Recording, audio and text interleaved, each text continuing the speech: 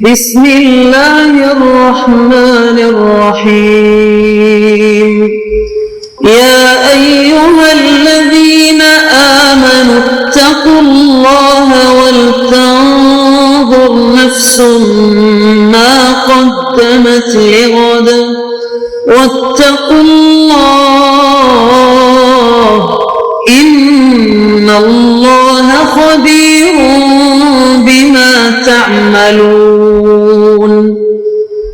اے ایمان والو، اللہ سے ڈرتے رہو اور ہر شخص کو دیکھنا چاہیے کہ اس نے کل یعنی آخرت کے لیے کیا سامان بھیجا ہے، اور ہم پھر کہتے ہیں کہ اللہ سے ڈرتے رہو، بے شک اللہ تمہارے سب اعمال سے خبردار ہے۔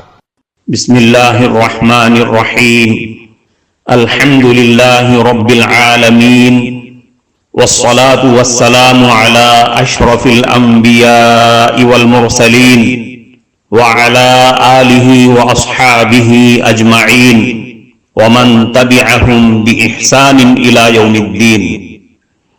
قابل صد احترام حضرات شائقین و شائقات سچا پیغام، السلام علیکم ورحمۃ اللہ وبرکاتہ۔ آج کی محفل میراث النبی کے نورانی پروگرام میں آپ کا استقبال ہے۔ اہلا و سہلا مرحبا۔ ہم آپ تمام حضرات و مستورات کا خیر مقدم کرتے ہیں۔ محترم حضرات و خواتین، تعلیم کا آغاز ہو رہا ہے۔ سب سے پہلے آداب تعلیم کا لحاظ کرتے ہوئے تعلیم کی طرف متوجہ ہو جائیں۔ پورے دھیان سے سننا، عمل کی نیت سے سننا اور تبلیغ کی نیت سے سننا، یعنی سنی ہوئی باتیں دوسروں تک پہنچانے کے جذبے سے سننا چند خاص آداب تعلیم ہیں۔ امید ہے کہ آپ حضرات ان آداب کا ضرور خیال رکھیں گے۔ جزاکم اللہ۔ بسم اللہ الرحمن الرحیم۔ حضرت ابو ہریرہ رضی اللہ عنہ فرماتے ہیں کہ ایک مرتبہ ہم حضور صلی اللہ علیہ وسلم کے ساتھ بیٹھے ہوئے تھے۔ آپ صلی اللہ علیہ وسلم نے فرمایا، میں نے ایک روز خواب میں جنت کی سیر کی تو میں نے ایک عورت کو ایک محل کے قریب وضو کرتے ہوئے دیکھا، تو میں نے پوچھا یہ محل کس کا ہے؟ اس عورت نے کہا حضرت عمر فاروق رضی اللہ عنہ کا۔ میں نے داخل ہونے کا ارادہ کیا لیکن تمہاری غیرت یاد آ گئی، اس لیے میں واپس لوٹ آیا۔ حضرت ابو ہریرہ رضی اللہ عنہ فرماتے ہیں کہ حضرت عمر فاروق رضی اللہ عنہ رونے لگے اور پھر فرمایا، نبی کریم صلی اللہ علیہ وسلم آپ سے کیا غیرت، میرے ماں باپ آپ پر قربان ہوں۔ حضرت عائشہ صدیقہ رضی اللہ عنہ فرماتی ہیں کہ نبی کریم صلی اللہ علیہ وسلم نے فرمایا، میرے پاس کسی صحابی کو بلاؤ۔ میں نے کہا حضرت ابوبکر صدیق رضی اللہ عنہ کو بلاؤں؟ آپ نے فرمایا نہیں۔ میں نے کہا حضرت عمر فاروق رضی اللہ عنہ کو بلاؤں؟ آپ نے فرمایا نہیں۔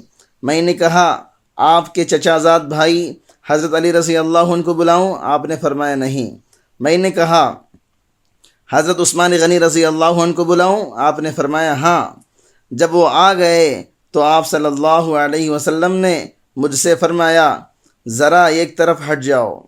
پھر آپ صلی اللہ علیہ وسلم نے حضرت عثمان غنی رضی اللہ عنہ سے کان میں بات کرنی شروع کر دی، اور حضرت عثمان غنی رضی اللہ عنہ کا رنگ بدل رہا تھا۔ جب یوم الدار آیا، یعنی جس دن حضرت عثمان غنی رضی اللہ عنہ کے گھر کا محاصرہ کر لیا گیا اور حضرت عثمان غنی رضی اللہ عنہ گھر میں محصور ہو گئے، تو ہم نے کہا اے امیر المؤمنین، آپ باغیوں سے جنگ کیوں نہیں کریں گے؟ حضرت عثمان غنی رضی اللہ عنہ نے فرمایا، نہیں، حضور صلی اللہ علیہ وسلم نے مجھ سے ایک عہد لیا تھا، میں اس عہد پر پکا رہوں گا، جمع رہوں گا، اس عہد کو نہیں توڑوں گا۔ حضرت مغیرہ ابن شعبہ رضی اللہ عنہ فرماتے ہیں، جن دنوں حضرت عثمان غنی رضی اللہ عنہ گھر میں محصور تھے، میں ان کی خدمت میں گیا اور میں نے ان سے کہا، آپ تمام لوگوں کے امام ہیں اور یہ مصیبت جو آپ پر آئی ہے وہ آپ رضی اللہ عنہ دیکھ رہے ہیں، میں آپ کے سامنے 3 تجویزیں پیش کرتا ہوں، ان میں سے آپ جو چاہیں اختیار کر لیں۔ یا تو آپ گھر سے باہر آ کر ان باغیوں سے جنگ کریں، کیونکہ آپ کے ساتھ مسلمانوں کی بہت بڑی تعداد اور بہت زیادہ قوت موجود ہے، اور پھر آپ رضی اللہ عنہ حق پر بھی ہیں اور یہ باغی لوگ باطل پر ہیں۔ یا آپ اپنے اس گھر سے باہر نکلنے کے لیے پیچھے کی طرف ایک نیا دروازہ کھول لیں، کیونکہ پرانے دروازے پر تو یہ لوگ باغی لوگ بیٹھے ہوئے ہیں، اور اس نئے دروازے سے چپکے سے باہر نکل کر اپنی سواری پر بیٹھ کر مکہ مکرمہ چلے جائیں، کیونکہ باغی لوگ مکے میں آپ کا خون بہانا حلال نہیں سمجھیں گے۔ یا پھر آپ رضی اللہ عنہ ملک شام چلے جائیں، اور وہاں شام والے بھی ہیں اور حضرت امیر معاویہ رضی اللہ عنہ بھی ہیں۔ حضرت عثمان غنی رضی اللہ عنہ نے ایک بھی تجویز قبول نہ فرمائی اور فرمایا، میں گھر سے باہر نکل کر ان باغیوں سے جنگ نہیں کر سکتا۔ میں نہیں چاہتا کہ نبی کریم صلی اللہ علیہ وسلم کے بعد آپ صلی اللہ علیہ وسلم کی امت میں سب سے پہلے مسلمانوں کا خون بہانے والا میں بن جاؤں۔ باقی رہی یہ تجویز کہ میں مکہ مکرمہ چلا جاؤں، وہاں یہ باغی میرا خون بہانا حلال نہیں سمجھیں گے، تو میں اسے بھی اختیار نہیں کر سکتا، کیونکہ میں نے نبی کریم صلی اللہ علیہ وسلم کو فرماتے ہوئے سنا کہ قریش کا ایک آدمی مکے میں بے دینی کے پھیلنے کا ذریعہ بنے گا، یعنی اسی کے ذریعے مکے میں بے دینی پھیلے گی، اس لیے اس پر ساری دنیا کا عذاب ہوگا، اس پر ساری دنیا کا آدھا عذاب ہوگا۔ میں نہیں چاہتا کہ میں وہ آدمی بنوں۔ تیسری تجویز یہ کہ میں ملک شام چلا جاؤں، وہاں شام والے بھی ہیں اور حضرت امیر معاویہ رضی اللہ عنہ بھی ہیں، سو میں اپنے دار ہجرت اور حضور صلی اللہ علیہ وسلم کے پڑوس کو ہرگز نہیں چھوڑ سکتا۔ محترم ناظرین کرام، اس دینی اور ایمانی بیان کو سننے کے دوران ہی اس کو لائک کر دیجئے اور شیئر بھی کر دیجئے تاکہ دوسرے بھی اس سے فائدہ اٹھا سکیں۔ اللہ آپ کو جزائے خیر عطا فرمائے۔ حضرت قاسم ابن محمد رحمۃ اللہ علیہ کہتے ہیں، حضرت عثمان غنی رضی اللہ عنہ نے جو بہت سے نئے قانون بنائے، ان میں سے ایک قانون یہ بھی تھا کہ ایک آدمی نے ایک جھگڑے میں حضرت عباس رضی اللہ عنہ کے ساتھ حقارت آمیز معاملہ کیا۔ اس پر حضرت عثمان غنی رضی اللہ عنہ نے اس کی پٹائی کی۔ کسی نے اس پر اعتراض کیا تو اس سے فرمایا کہ یہ ہو سکتا ہے کہ حضور صلی اللہ علیہ وسلم تو اپنے چچا کی تعظیم فرمائیں اور میں ان کی تحقیر کی اجازت دے دوں۔ اس آدمی کی اس گستاخی کو جو اچھا سمجھ رہا ہے، وہ بھی حضور صلی اللہ علیہ وسلم کی مخالفت کر رہا ہے۔ چنانچہ حضرت عثمان غنی رضی اللہ عنہ کے اس نئے قانون کو تمام صحابہ نے بہت زیادہ پسند کیا کہ حضور صلی اللہ علیہ وسلم کے چچا کے گستاخ کی پٹائی ہوگی۔ ایک مرتبہ حضرت عثمان غنی رضی اللہ عنہ نے نبی صلی اللہ علیہ وسلم کو اپنے گھر کھانے کے لیے مدعو کیا، یعنی بلایا۔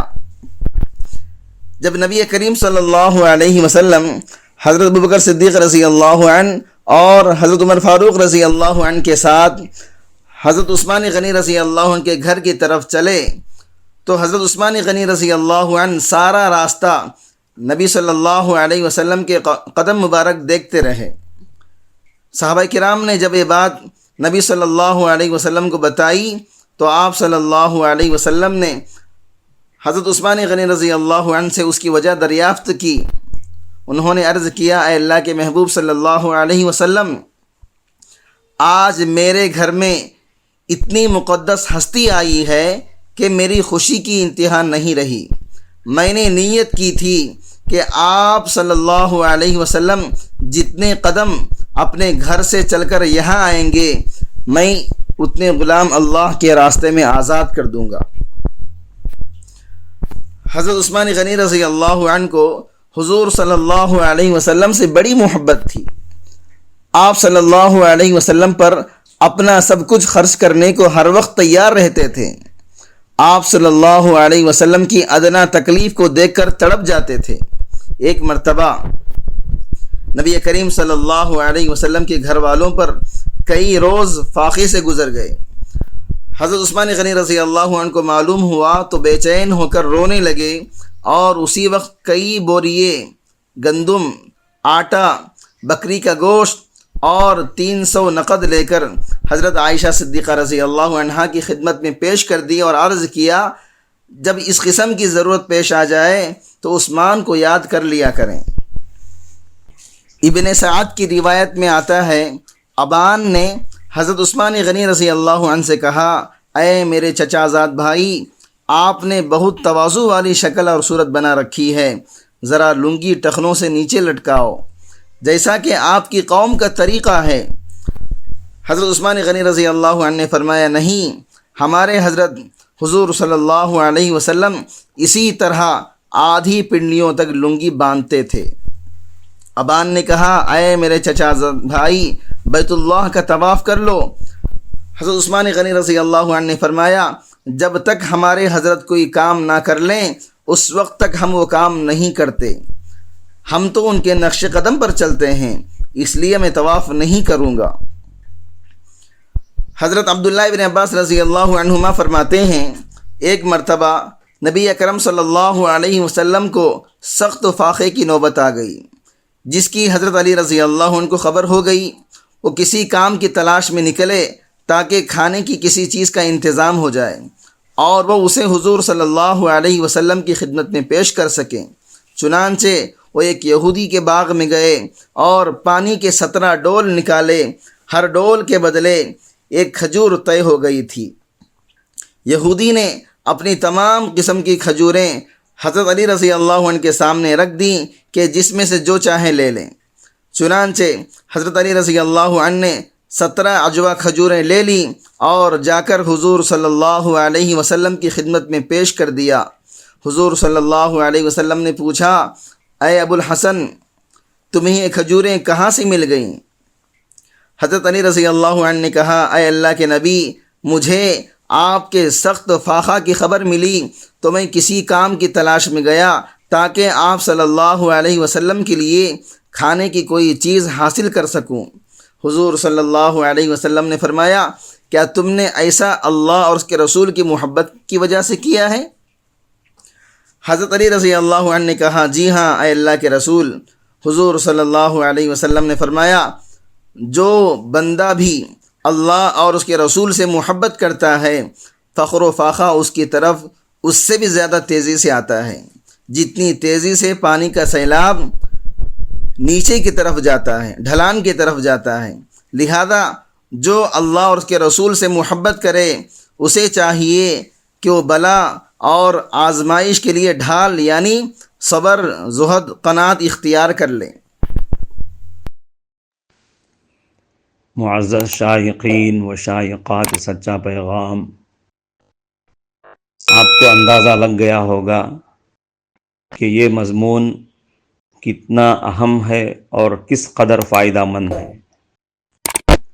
کم سے کم درجے میں سوشل میڈیا کے ذریعے سے بھی ہم اس کو زیادہ سے زیادہ شیئر کریں گے تو دعوت کے فریضے کی کوششوں میں ہم بھی اپنا کچھ حصہ ڈالنے والے بن سکتے ہیں۔